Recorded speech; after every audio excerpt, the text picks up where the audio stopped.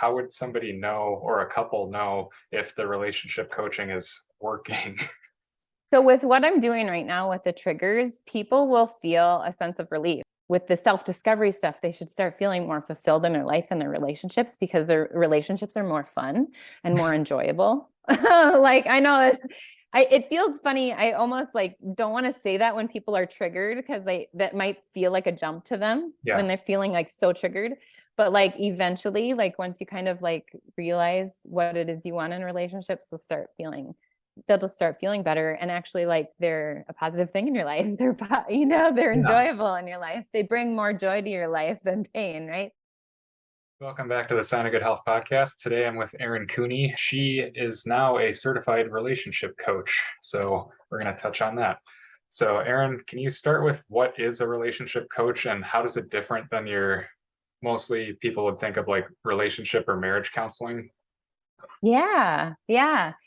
So thank you for inviting me on your show. Yeah, I'm excited to talk about relationship coaching because I think a lot of people don't know what it is. Really, relationship coaching can deal with any type of relationship in your life. Relationships can really be relationships with your friends, relationships with your parents, relationships with your siblings, relationships with your children, obviously a romantic relationship or your spouse or the person that you're dating, any relationship you have at work. So it could be your boss, your coworkers. If you own a business, it can also be your employees or your clients. Generally, the relationships that we want help with the most or assistance with are people that we potentially see every day or every week, because maybe we're having some conflict in some way where we feel uncomfortable around that person. With a relationship coach, normally someone would go to a therapist for their romantic relationship. They wouldn't go to a therapist for something like someone at work that they're just not working well with. They're not being productive with at work,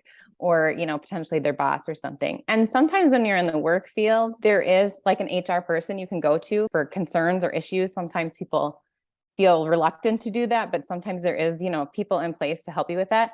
And other small businesses, you just kind of go to your manager, your supervisor, your boss. But sometimes it might be a small personal thing that you just kind of want to talk to through a relationship coach, like a third party person. Something that's important to emphasize is people seem like they don't realize that any kind of relationship or also social skills, it's a learnable skill. You mentioned going to HR or a manager, and that already kind of sets people on a defensive headspace. You get these tools on how to manage somebody that you may not get along with and how to help those interactions go better. That can be a huge benefit without having to work through such a formal process. Yeah. And they are so interchangeable. I mean, we think about our relationship with our romantic partner different than we think of it with our boss and our children. And they are different. They're different dynamics, and we want different things in those relationships to be healthy in our lives. There are different dynamics in them.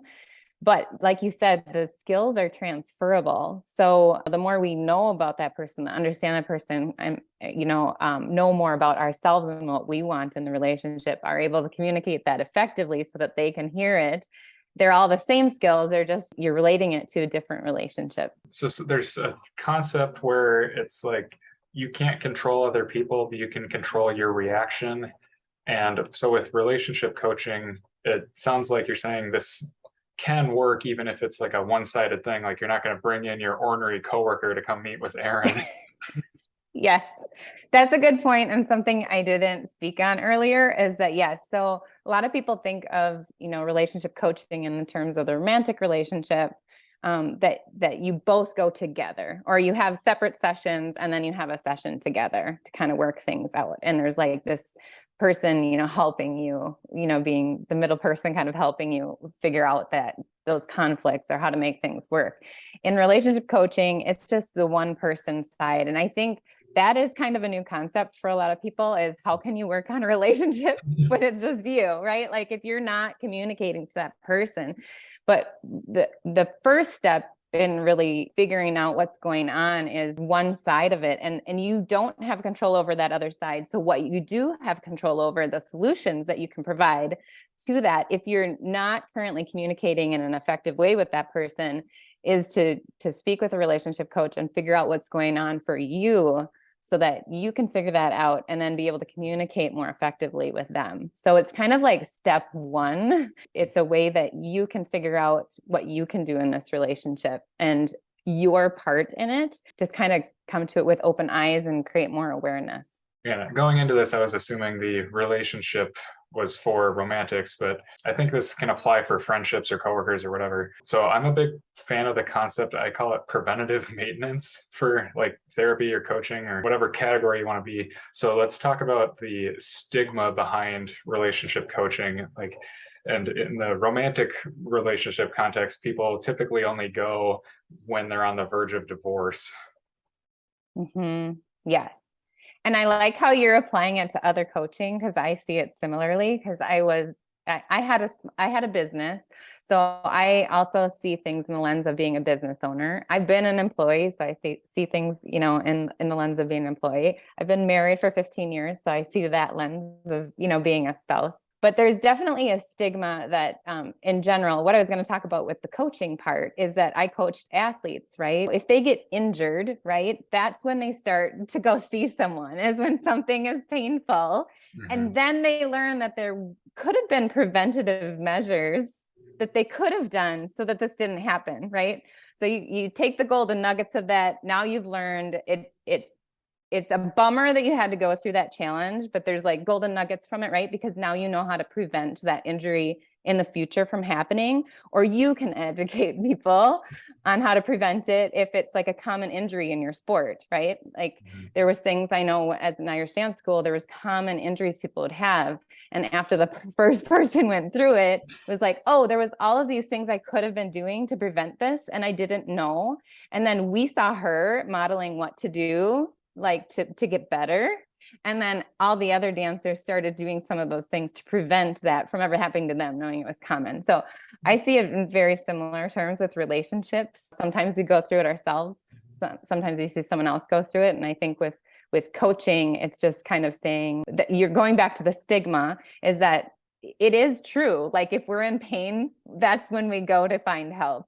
And so it isn't as frequent that we'll just reach out to a relationship coach because we want to get better at our relationships. It's not as common. It's if there's some pain going on, if we're getting negative, we're not getting anywhere in a relationship. We're not where we want to be in a relationship, or we have a lot of negative emotions happening when we are around this person, how we feel around this person, our interactions with this person, whatever it may be.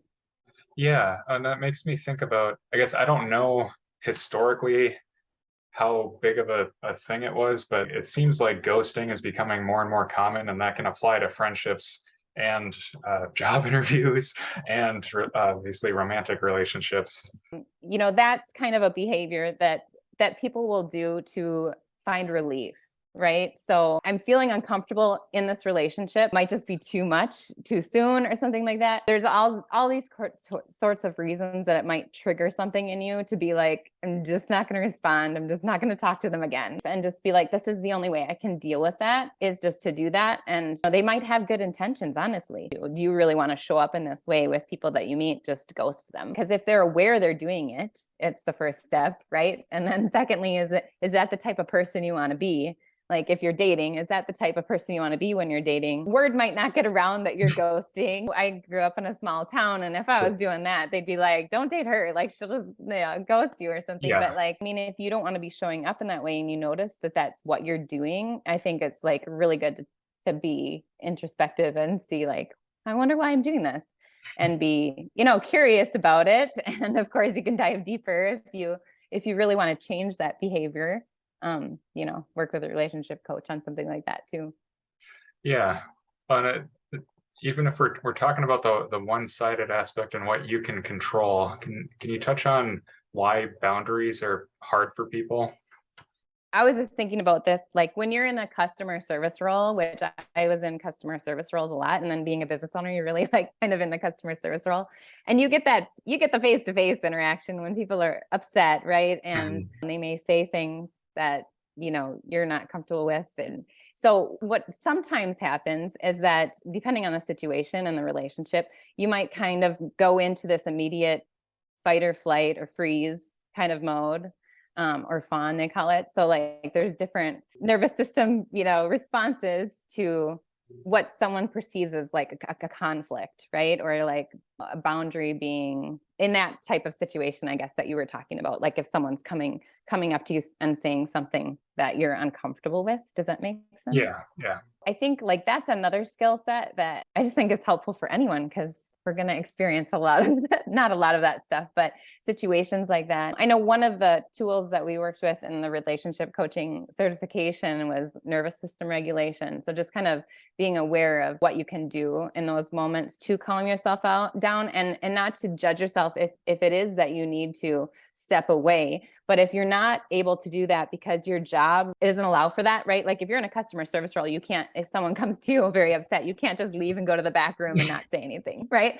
Again, it's kind of a skill set, and recognizing like maybe that's how you need to behave, and that what you are automatically behaving, I guess I was going to say coping with that situation. That's your automatic response for coping with it.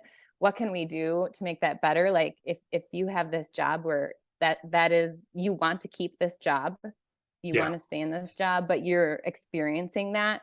How can you do that in a way that you can recognize that it is a safe environment? You just have to be able to calm yourself down so that you can speak to them in a nice manner. Does that make sense? Yeah. Yeah. So there's a lot of things with boundaries. I think one is definitely fear of conflict, and kind of depending on what the boundary is and the situation is. There's different types of boundaries. So I think it just depends on the situation, but generally there, sometimes there's fear involved in speaking up, and just kind of like that automatic response. Sometimes like, cause it feels more conflicting too. Speaking of like heightened emotions, so another relationship myth that I see, and this is for romantic relationships that are just starting out, usually is just the butterflies in the stomach. And it's a thing I've read about, and maybe I'm the weird one where I don't understand it, but stuff I've read talks about like if those feelings of the butterflies when I see the partner or the spouse, if those are gone, then the relationship is dead. I would not say that specifically, but there's different phases in a relationship, right? So you're more likely to feel those butterflies like in the first 6 months of knowing someone. Sometimes those butterflies are more just about like infatuation and like the neurochemicals going on. And even the honeymoon phase is kind of like the first 2 years of knowing someone. So you might still kind of feel those for the first couple years, but just because they go away after 2 years doesn't necessarily mean that the relationship's over. You're just not feeling that initial dopamine, serotonin, whatever those neurochemicals are when you're in those first stages. I forget what all of the chemicals are, but obviously there's different phases in a relationship. So I'm not saying that like, you might have that warm, fuzzy feeling when you still see that person, ideally, right? Especially if it's your romantic relationship. You don't want to see that person and have, gut-wrenching, icky feeling in your stomach either, right? So that's why when people go to a therapist or relationship coach, they might be feeling that. Like they might just see someone and feel that, or like they may have broken up with someone and then they just see them out in public and they get that horrible feeling in their stomach, and like, how can I get rid of that? Because I may see that person in public again and it feels horrible, right? Like it just feels gut-wrenching. It's just these reactions that we have in our bodies, and better understanding them. I think like creating more awareness will just helps people ease the self-doubt about their relationships, or give more clarity to why it's not working and what needs to change, or if it's not the correct, right relationship for them at this time in their life, or maybe this phase in the relationship is just a challenge right now, because some people do better in different phases of relationships too. Right. Yeah. What have you found helpful for helping people become more aware of their emotions? Yeah, and that's something we do in session. So I would say one of the things is like being able to first, for us, it's like recognizing what the trigger is, like what is the specific situation, the specific circumstance, right? Like I was saying, like maybe you broke up with someone and now you see them in public and it's like, do I say hi? Do I not say hi? Like you go through all of that and then you're like, what are they thinking about me? Are they dating someone else? Like all these thoughts go through your head, but what is it specifically? What's the situation? What is it specifically that you're thinking about that's making you nervous about it, or what feeling are you feeling? We're trying to really narrow down, like, what's the situation? What were you really feeling? And then if you want to go to a deeper level on emotions, like, where are you feeling it, right? So you were talking about like the butterfly feeling in the stomach. So with negative emotions, it might be like I said, like you got punched in the stomach, like that could be frustration, anger, whatever it is to you. So like you can go into even deeper so that you know what that feeling feels like. And I always think of it, it's like, you don't know what a bicep curl feels like until you do one, right? But then after you do one, you can be like, oh, that's what it feels like. So you can do the same thing with emotions and be like, oh, that's what frustration feels like in my body. That's what anger feels like. And people just think of like the outside stuff, like if I'm sad, I must be crying. But no, you can cry when you laugh, so like it's not necessarily that. So like, where are you feeling it in your body? That's kind of the next stage of it as well. Yeah, that's a very interesting concept of like, yeah, just once it becomes a lot easier to put the words and the emotions and the body feelings together. So you can even go the other way with like, I'm feeling this in my stomach or wherever, and oh, that might mean I have this feeling. So That's a good point. And that's something too, like when you're like coaching weight loss, a lot of people think they're hungry, mm-hmm. and it's a different emotion, and like that's just kind of another part of like, if you're eating, is it really hunger or is it another emotion? And the more awareness you have, I know it feels like a really weird concept, but when people think about it as like working out, like, I know what my bicep feels like when it's contracting. It's like that mind body connection. Yeah. So like, what does my body feel like when I'm upset, angry? What does it feel like when I'm frustrated, annoyed, whatever it is? Yeah. Let's move into mistakes in relationships. So with romantic ones, another thing that seems to be a common one I read about is couples putting their own relationship on the back burner and focusing everything on like their children or work or some combination of that instead of the relationship itself. People are going to have different priorities, for their relationships too. And some people will make their romantic relationship their number one priority. Some people will make work their number one priority. So I think it's important to know where our expectations lie, and you can share that with your partner. There might be this expectation that your romantic relationship is number one, but like I said, that might not be the same for the other person. And just coming to an understanding of that and a compromise of that, well, how does that look in our relationship if this is your number one and this is my number one? So I think that's important. And then when children come along, it's just like a phase in the relationship again. And it's like, it's just all those life transitions, I think, right? Like having children is similar to other commitment phases, where it's like you go through the marriage and you go through having children. And so like there's just a lot of change to figure out. There's not a lot of routine. There's kind of like, figuring out new rituals with your partner to figure out new routines and how you're going to compromise everything. Who gets to sleep tonight? Who gets to stay up with the kids? Based on what's going on. I can only speak from my own experience, but having children was just kind of another stress and more things to figure out how to make the relationship work. The kids may end up being a priority for a while over the romantic relationship because this is what you've decided to create together. So again, it's just all in compromise and then figuring out what works for you as a couple.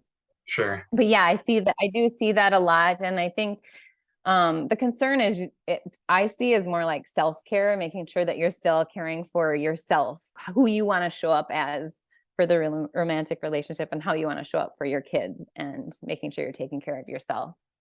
Yeah. And I really like the way you word that with the showing up for yourself or how you show up for other people. Because like, and with the self-care especially, if you're so drained from everything, you don't have anything to give. Totally. Yeah. So are there other common relationship mistakes you see? I sent you a list of a few. So like a big one that I see in a lot of with social media and everything is just not asking for what you want directly, like these passive aggressive games or assuming people can read your mind. Yeah. Yeah. And I mean, like think we're all kind of programmed on autopilot with some of those things. And, we don't actually take the time to sit down and analyze ourselves, right? Like we're analyzing the other person, like what they do, what they do. And we don't really sit down and be like, oh yeah, when I get triggered, I do this. And that probably doesn't feel so great for them. Or like, is that how I want to show up? Like kind of always asking that question, because we don't always have the self-awareness of what do we do when we're triggered, what are our behaviors, and what's that person experiencing from our behaviors that are on autopilot, and how just being intentional and be like, is that how I want to show up, or is there another way I could show up? When we argue, we're often both triggered. So like when you work with a relationship coach, you can work on your trigger. So when you come to this, like the argument isn't quite as intense as it may have always been, because you've worked through your trigger. So people always wonder, like, how can I work on a relationship with one person? But my main focus right now is working on triggers with people. So their side of the equation, what is triggering them about the situation, they will know what that is. And it kind of lowers that for them, so that when this comes again, they already kind of know theirs. So they're not like pushing back at it. And it changes the dynamic of that. And, they can kind of maybe even start analyzing then, well, I wonder what's triggering this person that's causing this. Yeah, it makes me think about like people will give themselves compassion but judge others. So like somebody's driving down the highway like 200 miles an hour, it's like, oh, they're a jerk. But if you're flying down the highway, it's like, oh, well, I got to get somewhere. Like, it's okay for me. Right. It must be something really important if it's for me. If it's for them, they're just being a jerk. Yeah. Yeah. So, but you were talking about being aware of triggers, and it just, so the next thing I wanted to bring up was like going to bed, never go to bed angry is terrible advice. And this can apply not only to romantic couples, but like even in the moment of those heated arguments, just you may not be in the right headspace to actually get anywhere with a discussion right now. So something I think would be beneficial for a lot of people is just like you're saying with the emotional and nervous system stuff we were talking about earlier, is just being able to calm down and come at it again later. Yeah. And, the more you're with like your romantic partner, your spouse, like if you notice that they need that time, then, that's something that like you can recognize that they need that time because they get triggered too intensely. They don't want to come to you with negative emotion. And just, you have to kind of think that through and be like, I need to allow them that time. Right. But not everyone needs that time. Some people want that resolution right away because it's so painful for them to not have that resolution. So again, it's just kind of like, that's why I think that if you have a trigger, coming to like a coaching session outside of that experience and analyzing it, usually these triggers, if people notice, it's like feels like the same conversation over and over and over again. And you're not getting anywhere. Every time this happens, it just gets worse, or it happens again. And so especially if it's a pattern, it's definitely something to work on outside of that and your part, like I said, so that you have more strategies for like when this happens again, what can be done in that situation to make it a better situation, really for both parties, for you, because you won't feel quite as triggered. So just even in that situation.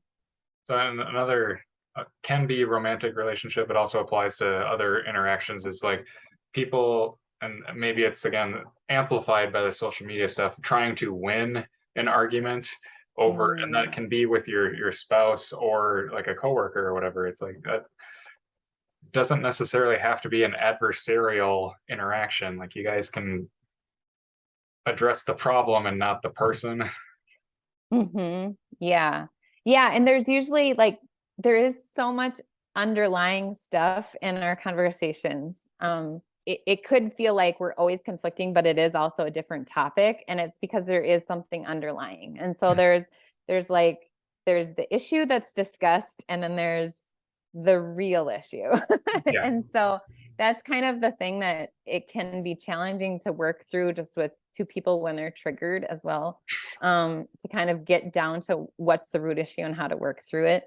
And especially if you have this heightened sense of fight or flight at the same time, or those really deep negative emotions, those feelings in your body that are uncomfortable and you're not able to process through them. So, yeah. So, and something that's been helpful for my relationship with my wife is either one of us is free to say, like, I'm not ready to talk about this right now.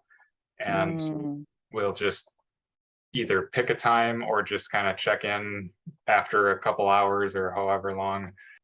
We'll both be in a better headspace to actually deal with that. So I guess a question for you would be, how do people get better at facing the discomfort to have those tough conversations? Yeah. So I see it as really just like, first of all, you have to know why you're afraid to have that conversation. And so for a lot of us, we are afraid to have that conversation, and we might not know why. One is just kind of building awareness of what the fear is, kind of looking at that situation. And then, looking at, but if you don't approach that situation, what would the result be? Right. So for a lot of people, the pain of going to work every day with a coworker that they just continually argue and they have that pit in their stomach all day because they don't get along is painful enough to be like, I think that needs a resolution somehow. But they know that if they just kind of do this trigger thing, it's not going to go anywhere, right? And so sometimes, they'll go to their boss or their manager and kind of like try to work that route to figure out a way, right? Like we can just kind of feel at a loss for it, but we just feel like it's painful. So I forgot where I was going with this now. Can you repeat your question? So how to deal with the discomfort and have those tough conversations? Yeah. So the discomfort and the conversations. So I forget where I was going with it now. Basically it's just kind of like anything else. So it's like taking small steps and actions towards it. And so again, that's something that coaching can help people with, is just like, what's the first step in this? And just like seeing it as a longer route solution, not that like you just have one conversation and done, but just like, yeah, right. That's how we expect everything to work. And so, yeah, just kind of like a longer term solution and like these incremental things, maybe just, to approach that person in a way that you're expressing something that you want to be able to share to them, and, whatever it is. So just kind of doing things more in an incremental way. And if you do it intentionally and kind of like think it through prior to doing it, more of a planned action, and then just doing like incrementals, it can be solution orientated and help you work through that. And at least you feel like you've done your part, like you've done all you can do, and you've brought your best to the table. You put yourself outside your comfort zone and through your fears. And again, you can't affect how they're going to react to it, but you can just be proud of yourself and know that you did everything that you could do, without feeling like you just had to do the workaround and maybe, talk to someone else or ignore it or leave the job or whatever. So that's kind of like a work situation, but. Yeah. And this is kind of a left turn in the conversation, but it's still related. I'm wondering about, how would you go about teaching this to like kids or teenagers, and meaning like people that don't have that level of emotional maturity, which can still be adults, but does that make sense as a question? Yes. Yeah. Yeah. I've been thinking about that too, because I have two boys, and, and I've shared some of this stuff with them and trying to just kind of put it in their terms and kind of just help them process situations that have triggered them. So I kind of have just been working with them on the triggers. I haven't been working, broadening this material necessarily to the communication level. And that's something that I am still exploring. So I was a communication degree major. So I have my bachelor's in communication many years ago, but I took classes in conflict and communication and interpersonal communication and men and women in communication, all of those things. So it was always kind of an interest of mine. And I would like to kind of create potentially presentations for that type of thing. And really look at like what's most effective and what's like going to make sense to this particular population, like, because I think it's like there's communication in the workplace, there's communication for kids, there's communication for teens, and it's very similar skill sets, but I think the education around it and like where they're at with things is a little bit different. And then of course there's forms of communication that like, I didn't deal with growing up, like now with all the texting, so it's like it's similar principles, but like, there's all of that too. Like people can get really triggered from text messages or people not texting back and things like that too. And it's just kind of like just another communication means, but. It's hard too, because texting has been around since like early 2000s or so. I don't know, best practices or, how to read a text message with the intention behind it and all that. Like that's comparatively very new information compared to centuries of people talking face to face. Yeah. And like my husband and I did not date when texting was around. So, it's just it is a very interesting it's interesting to like even ponder like that's the main almost sort of communication, for kids now and potentially teens too. So, yeah, it's just kind of another aspect of it, but yeah. So does the relationship coaching cover those kind of contexts? Because I'm just thinking about like remote work, or is it more for people you would see face to face? Yeah, and I think I would like to explore that more because I think all the concepts are more theories and concepts that you can apply to face to face or remote. And I think like I've been looking online and seeing like how much because remote work is so popular now, or not popular, but just like so many people are doing remote work, that these are the kinds of skill sets people really need. And it's really interesting to me. So I don't know how much of these theories and things, solutions have been applied to the workplace and remote workplace. Because obviously no matter where you have human dynamics, these things are going to come up when we're just communicating, I guess by phone too, but by phone and, I forget the percentage, the percentage of your communication that's nonverbal is huge. It's like 93% or something. So like we have to realize that too, when we're texting and we're emailing or talking to people on the phone, that you're not seeing any of that stuff. So, when we're only have the tone of voice and the words people are saying, there can be a lot of misinterpretations of what people really. Well, even in that 17%, probably 14% of that is tone if it's not visual. So yes. Yeah, I think that is like a really big takeaway is realizing how important tone is in conversation. And that I think even though I had the communication degree, I don't think we talked much about tone. And I find that really interesting that, like you said, tone is a huge part of it too. Yeah. Well, yeah, because the nonverbal body language stuff is that 80 whatever percent. And then of that, what's left, tone is huge because you can be like, how are you? Or how are you? It's like, exactly. Yeah. And that's why they tell customer service people to always smile when they're on the phone, even though they're on the phone, right? That's how I was trained in to use the phone. So let's say you've got, I've got a difficult coworker or an issue I'm trying to resolve, but the problem I'm running into is stonewalling, or it could be the other side of like not giving the other person a chance to talk. Okay. So sorry, I just always want to know like the specific situation. So let's, even though this isn't your example, so like there's a situation at work where can you explain a little bit more? So let's say like, I'll use like I was at a TV station, and this is a hypothetical. A reporter would consistently turn in her stories late when the show's at 5 o'clock.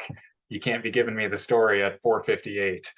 But when I try to talk to her about that, she either will not answer the phone or respond to text, or in person, Mm, she's out in the field and then she comes back and my show's on, and by the time the show's over, she's already gone home. right. Wow. Okay. So that's a good one. Yeah.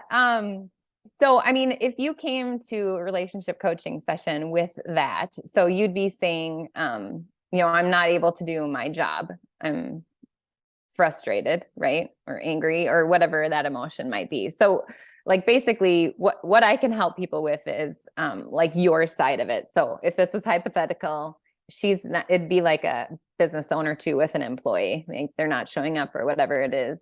It's affecting you and it's become a pattern, right? Yeah. So like if you came to a relationship coaching session, I'd just be like, what is it specifically, the situation? What, and then we would dive into more like, what is it that's frustrating you? Because of course you can't change what she's doing right away. You just have to explore the situation a little bit more. And then once you're kind of like understanding what it is exactly, how it's affecting you, how it's negatively impacting you. And if she's a coworker, it might be different than like a boss employee dynamic, right? But like, then it would be looking at that communication plan after that, after you're doing all you can to show up. You might show up differently necessarily, like for a month or something. You might be changing the dynamic in the relationship, right? By doing something else. But then otherwise it would be looking at like a communication strategy for communicating with that person. And you kind of have to know that person in order to do that as well. Like you have to kind of know that if you can know some of their triggers, it's helpful so that you know how to communicate better with that person. If it's an employee and you're in a boss situation, like they might be very fearful they're going to lose their job. So if you want to keep this person, but there's just this one performance thing that you really need change so that they can change their, so that they can have an opportunity to change this behavior, then you'd kind of like look at a communication strategy to communicate with them. Again, they're just behaving and they don't want that conflict. They're just automatically behaving in that way to give themselves relief. The best relief they can do is just ignore it. Mhm. It gives them more relief than to resolve it. So, approaching that situation later on would be like, there's more pros to solving the situation than you ignoring it, because like, you could lose your job or whatever it is, right? Like whatever it is, something like that. Yeah. What if another hypothetical would be, I try to talk to this person, coworker, and how do I approach tactfully so I avoid triggering the person getting super defensive? So like any statement or complaint or disagreement is interpreted as a personal attack. Okay.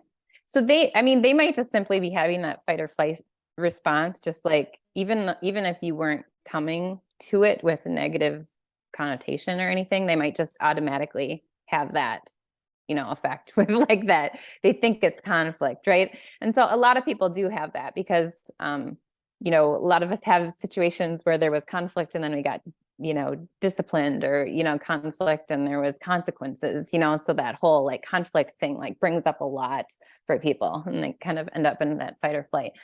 So if it's someone who you feel like criticism is not taken well, like it could be criticism, then you're looking at, it just depends on the relationship dynamic. So if you're, would this be coworkers? Yeah. Your coworkers. Okay. So, if you know that this person is someone who criticism will trigger them negatively, you can preface things in a different way so that you're coming with support or whatever that emotion is or whatever that sense is, or, more direct. If you're more direct, like, I'm not looking to criticize you, but I did want to share this with you, so like you can always preface things. And sometimes you have to, depending on the person, like show support, show you're on the same team, show appreciation for something that they're doing, like, preface something in that way so that it doesn't automatically trigger them. And then you kind of like share the information. Does that make sense? Yeah. So the more you know the person, like the more effective you can be, especially if you know their triggers, because once they get triggered, they're not going to listen, and they're not going to listen to you basically. I mean, they're just kind of like shut out. So if you automatically like go with the criticism or go with what they're doing wrong, and they need more support from you, whatever they need from their work environment or from their boss or from their coworker, whatever they need to feel, experience from them, they kind of may need that first, or they need to know that they're not going to be criticized or not going to be. Yeah. And that also presupposes that I'm coming at this in a calm approach and not coming in guns blazing, or my wife and I use the term claws out. Yeah. Yes. And tone, again, like tone is huge in any of these situations, because the tone and what you bring, and I think you and I have both done coaching, right? So like different students need to be coached in different ways too. So you kind of like, if you take any of that experience, if anyone's been a coach, and bring that to the work world, or, or if you have children, like it's all very similar, where it's like kids are different, people are different. The more you know them, the more effectively you can communicate with them. Yeah. One thing that was interesting, one of the places I was checking out to try therapy for myself, in the intake questionnaire, they asked me, do I want somebody who's like supportive and gentle? Do I want the person who's going to straight out call you out on your BS? and I asked for a medium, because I mean, for myself and a lot of ambitious people who have stuff going on, like they're hard on themselves. It's like I'm already good at beating myself up, but sometimes you still need that. But yeah, exactly. It's people want knowing how they want to be interacted with, and their triggers and stuff can be a huge help. So for relationship coaching, what format does that, like, how do you do it? Like, is it in person, virtual, like Zoom chat or whatever? Is it like, is there an app? Is it email? Yeah. So right now I'm doing, it can be done in any way. Right now I'm doing virtual, and I'm using Zoom. So it'd be one-on-one, like this format. And like I said, I'm looking to use this material in different ways, like potentially having like maybe a group that meets up with similar, challenge, or in a relationship. And again, it could be any relationships. It could be trying to find friendships as an adult. That can be definitely a challenge, right? It could be, especially when we're all remote working, right? It could be, improving your relationships and feeling more connected with your romantic, relationship, your spouse or your husband. It could be a variety of different topics. So I'm looking to potentially do some in-person things with that. Right now, I don't have any of that. I'm only doing the one-on-one coaching. And I'm specifically right now just focusing on people's triggers in any relationship. And I'm doing one-off sessions. So, they like, I met with someone, and, they wanted to work with about one relationship, but they kind of had this other relationship they were thinking like could really use some benefit to discuss too. So they could come back to another session to discuss that particular relationship as well. And we can have different triggers. I mean, we have a lot of, some of us have a lot of triggers. Some of us only have a few triggers, right? So these one-off sessions, we're really trying to figure out what's that one trigger. I mean, sometimes they're combined a little bit, but what's that one trigger that's like setting you off in that particular relationship? And sometimes it could be that same trigger in another relationship, but sometimes it could be a different one. So we're trying to just kind of figure out triggers right now and work through those triggers and focusing on yourself. And then again, I want to potentially, create maybe presentations around the communication aspect and maybe personalized programs for people. Once they start working with people and seeing what they really need, is it really communication and more in the workplace people are needing, or communication with their romantic relationships, kind of like what my clients are going to need, and then build out something in that format too. Yeah. And you kind of already tackled this question, because I was going to ask, like, what is the goal of relationship coaching? But it sounds like it can help address a lot of different aspects, like making friends, improving a coworker or employee-employer relationship or the romantic stuff. Yeah. And I think I was thinking about this too. I kind of was like, really what it is for me right now with the one-on-one is finding more ease in your day and your week and in your relationships. And I was not wanting that to be confused with like easy, because I was thinking too of like coaching, like I did Irish dance coaching, and like I had a program for them to progress to make it feel more at ease, right? It did not mean it was not challenging. It's challenging to become a champion Irish dancer, right? So I had this Irish dance school, but there was more ease to it because they saw there's an intro phase, a beginner phase, an intermediate phase, an advanced phase, right? So like with relationships, it's kind of like, where are you at? These triggers are kind of that introductory phase. And if you don't work through these triggers, it's really hard to do the communication phase, because you don't know what your triggers are. You don't know how to figure out the triggers of other people. And you don't really know, like, kind of the next part is like, you might not even know what's really important to you in relationships. Like, what's important to you in a romantic relationship? What's important to you in a friendship? What's important to you in a boss, relationship with your boss? And so kind of exploring that too. And I was just thinking how like some of those they're usually about the same, but like some of them might change, right? Like after you're married for 15 years, some of those might change a little bit, right? After you work at a job for 20 years, they might shift a little bit, those priorities of what you want. And so that's why I think no matter where you're at, what phase you are in a relationship, at work and with friendships or whatever, it's definitely something to explore, because after you've been in a relationship for a while too, it's good to re-explore, is this really what you want, right? In your co-working jobs, with your coworkers in your job or your friendships or your romantic relationship, and reconfirm that for yourself too, or adjust it so that it suits you better as you grow and change, because we are all growing and changing. Yeah. So, And I like that you brought up the Irish dance curriculum, and you're doing the beginner stuff, the intermediate, the advanced. So for something that's more abstract, like a relationship, how would somebody know, or a couple know, if the relationship coaching is working? Oh yeah, that's right.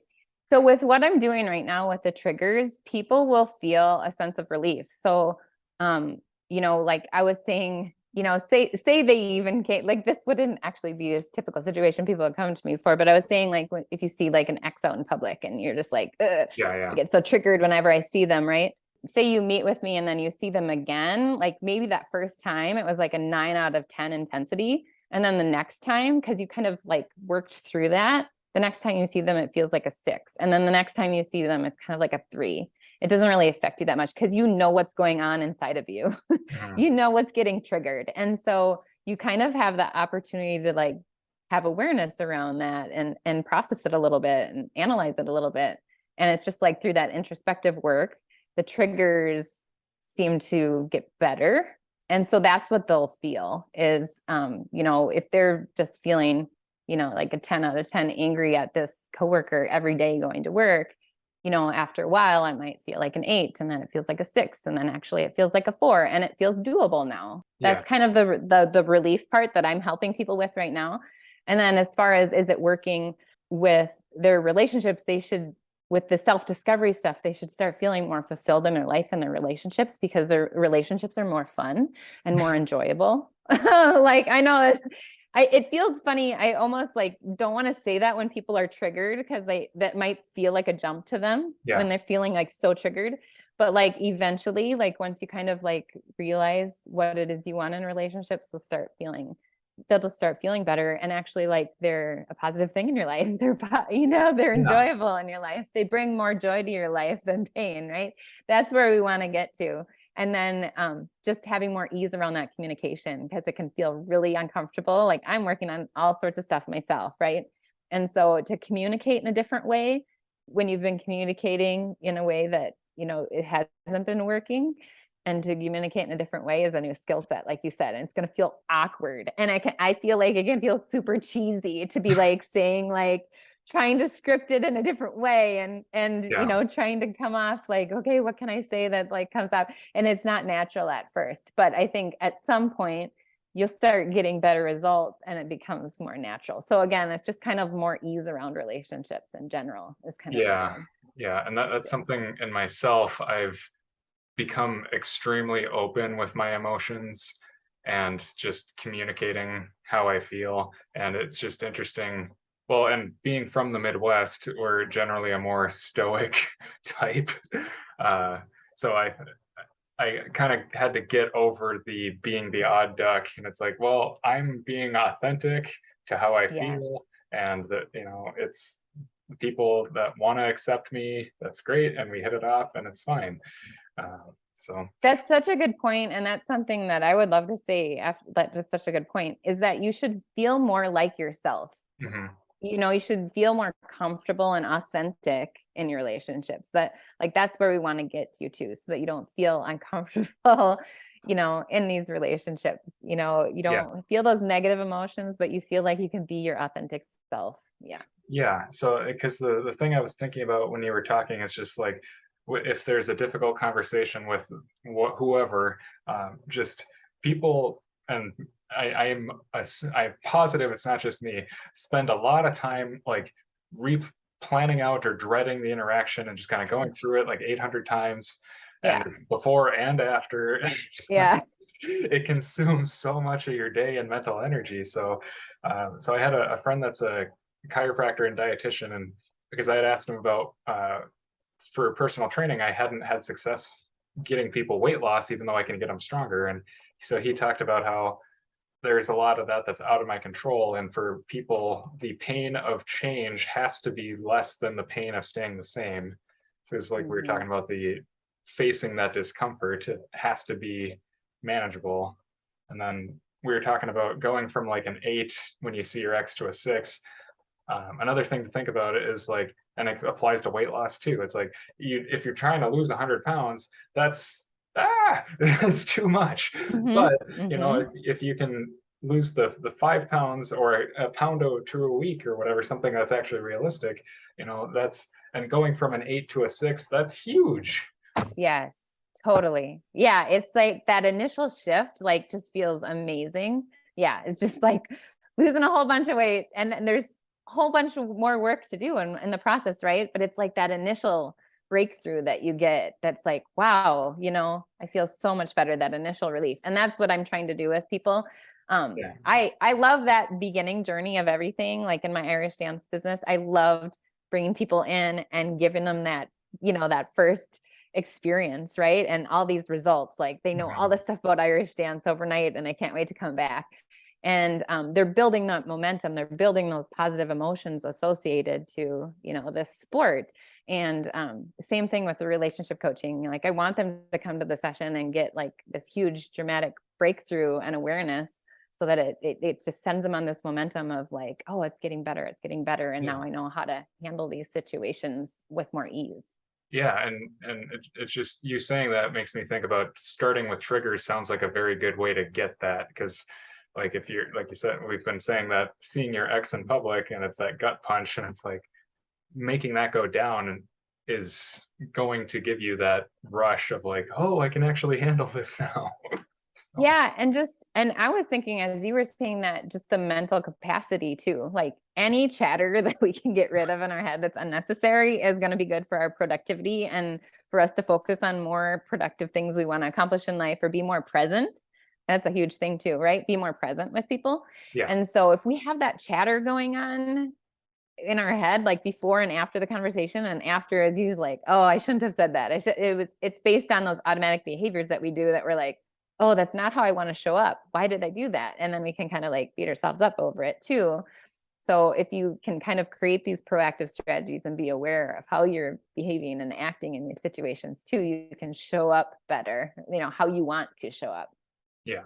more intentionally. So um, let's talk about the situation where a person may not be quite willing to change, even if they want to address this issue. Yeah. Is this a client that might come to me, or is this like the other Um, half of the relationship? yeah, well, let's just say it's you know, I come to you and the coworker won't come to, or so it's Yeah. the client comes to you to get the issue done, but the other person is not going to be willing to change. Hmm. So this is like you've done all the strategies, like you've worked on your triggers, you've Mhm. communicated with them. Yeah, Yeah, I mean, I think then you have to you know, recognize if this is a situation, that you want to continue in. Is it being true to you? And, is this situation hindering your growth or your spirit in some way? Right. So that, there definitely can be situations where it's not the direction you want to go to continue. Um, and in some of those situations, maybe there are ways then to work in that business where you don't, you know, sit next to that person to work every day. Maybe you can request a different spot, or request that whenever you communicate with that person that, there's a third party involved, or, there's other things too that, like, to maybe limit your kind of exposure, but like yeah, your limit your exposure, I guess, to working with that person or being next to that person, because you have found it. You've worked through as much stuff as you can. You've communicated as much as you can, and it still just is not working for you in a way that's um, kind of damaging to you.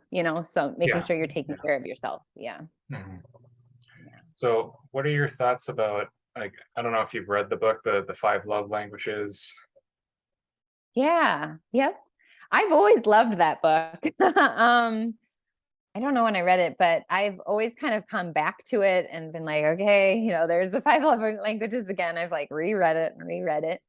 What I found really interesting with the relationship coaching certification is they definitely talked about that book. The kind of the information that was brought to our attention was kind of even at a deeper level to that. So that's kind of like, there's these love languages, and then there's even more specifics underneath that will even help us feel even more connected or fulfilled or whatever we want in our relationships.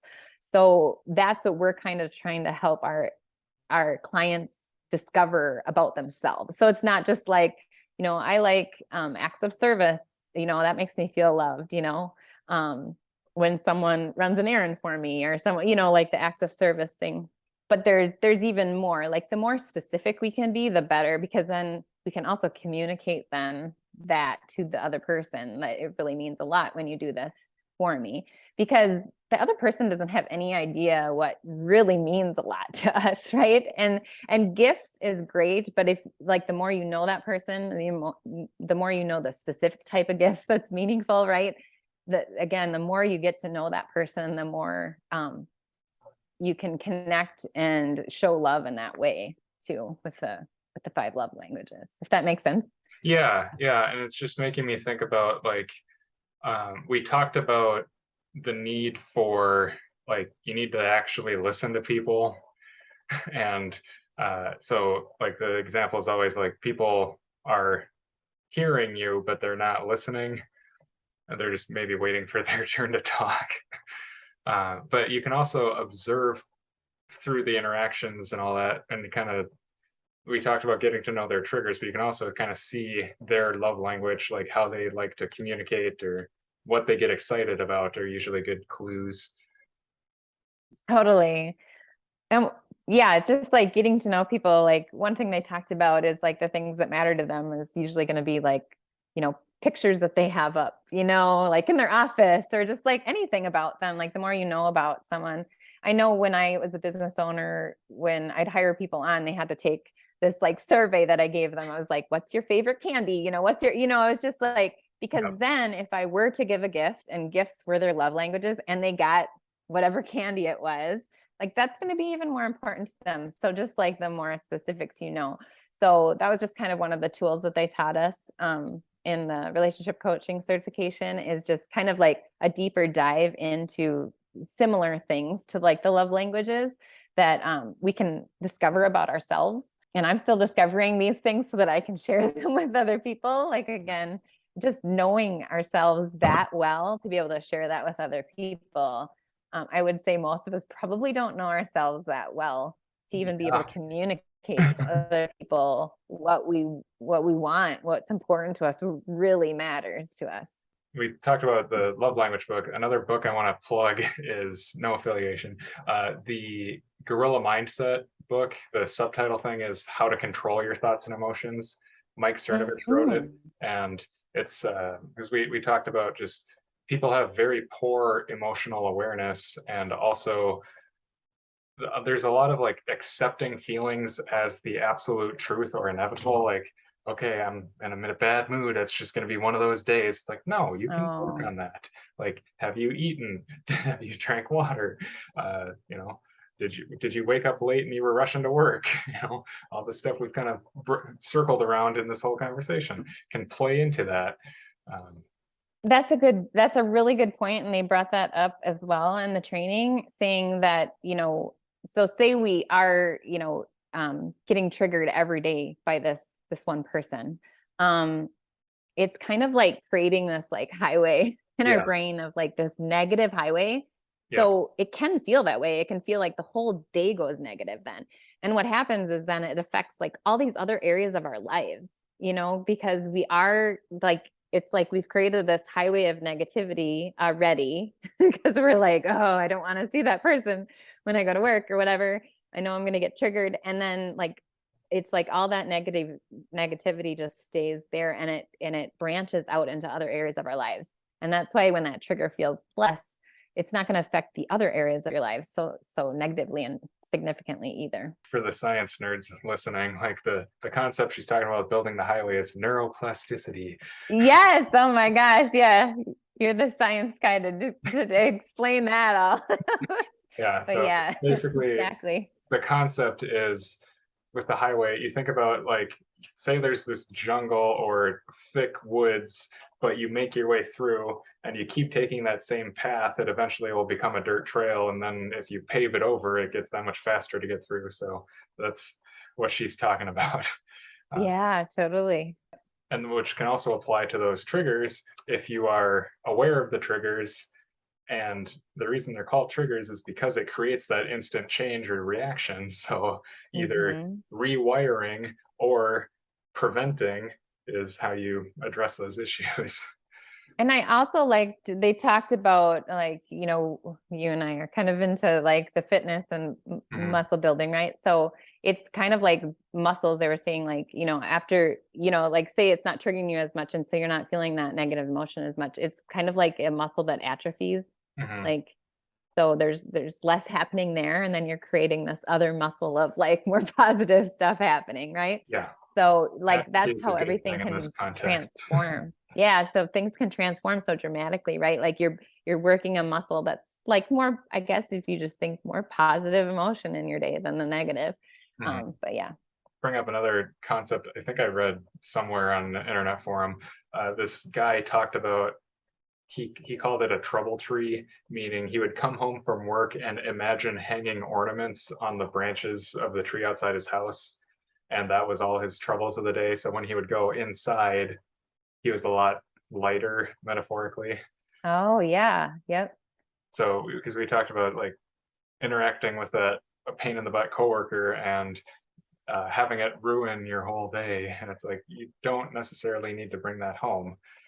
That doesn't need to affect your relationship with your spouse or your kids. Yeah, but unfortunately it can, so that's why, yeah, exactly.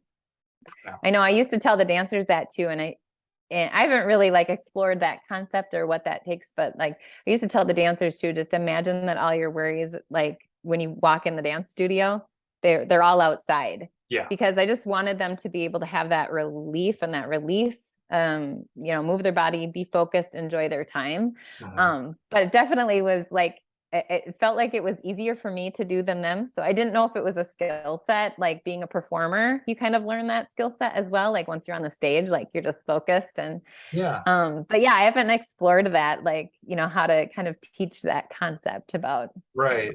Yeah. And I'm assuming, and I'm by far no means the expert, but it's just like we've been talking about, the first step of awareness and trying to practice it can help.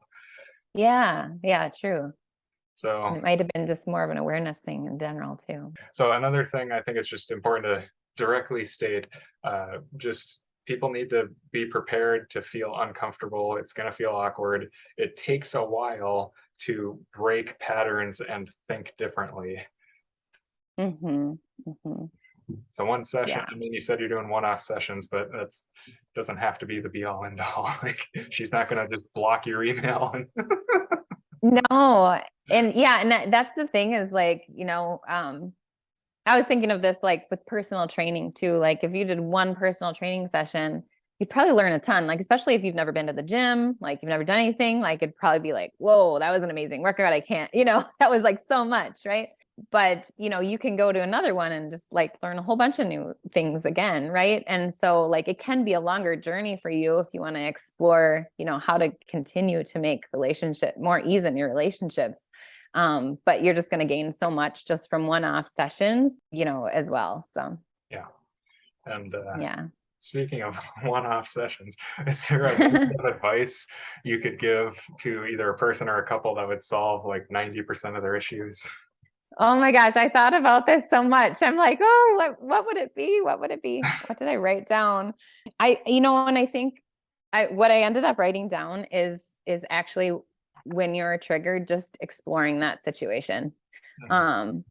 And like I know they would need to do a coaching session for that, but at the same time, like you can just in that triggered moment, you can kind of be like, what is this really about? I think it's hard to know that skill set unless you do one session, but then once you do one session, you kind of know what to do in those situations to like tap into what that might be or to recognize what that might be, which is why it's so helpful.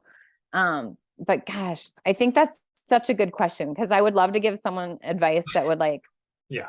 give them that much results. Yeah. You know what I mean? Yeah. Here's this magic weight loss pill. Here's this how to make every Yeah, relationship good pill. You're set. right, Like, right. Because I was thinking about this. I'm like, if he had asked this question with weight loss, I probably would have said, eat your protein. But I yeah. was like, yeah, Like I was keep your like, protein, what is it for sleep, and relationships? walk. Yeah, I might have to think about it on the relationship if there's anything out because that's why I want to offer the solution because I feel like it is like a really excellent solution because of what you'll gain in knowledge and awareness from one session. Obviously, more would be even more beneficial if you want to continue working on that. But if there's something that's really heightened right now that's triggering you Mhm. in any relationship.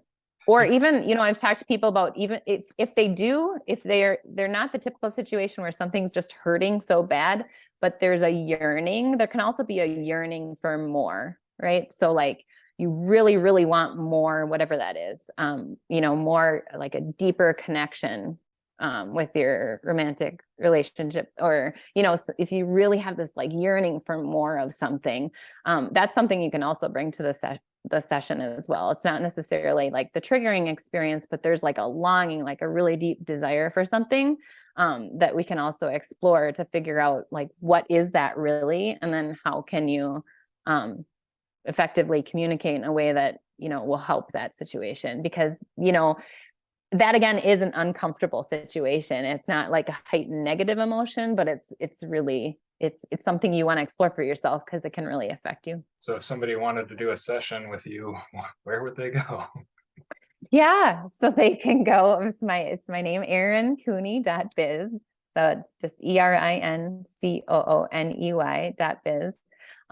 It's just a page there. I've written some articles in case anything stands out for you. I've just been trying to write some articles, and then you can apply to be a client. So I do want you to apply and indicate which relationship, kind of who you are and which relationship. You don't have to be very specific about it, but just saying, if it's a boss, if it's a spouse, if it's a friend, if it's a parent, if it's a child, and then indicate kind of like a little bit about the scenario.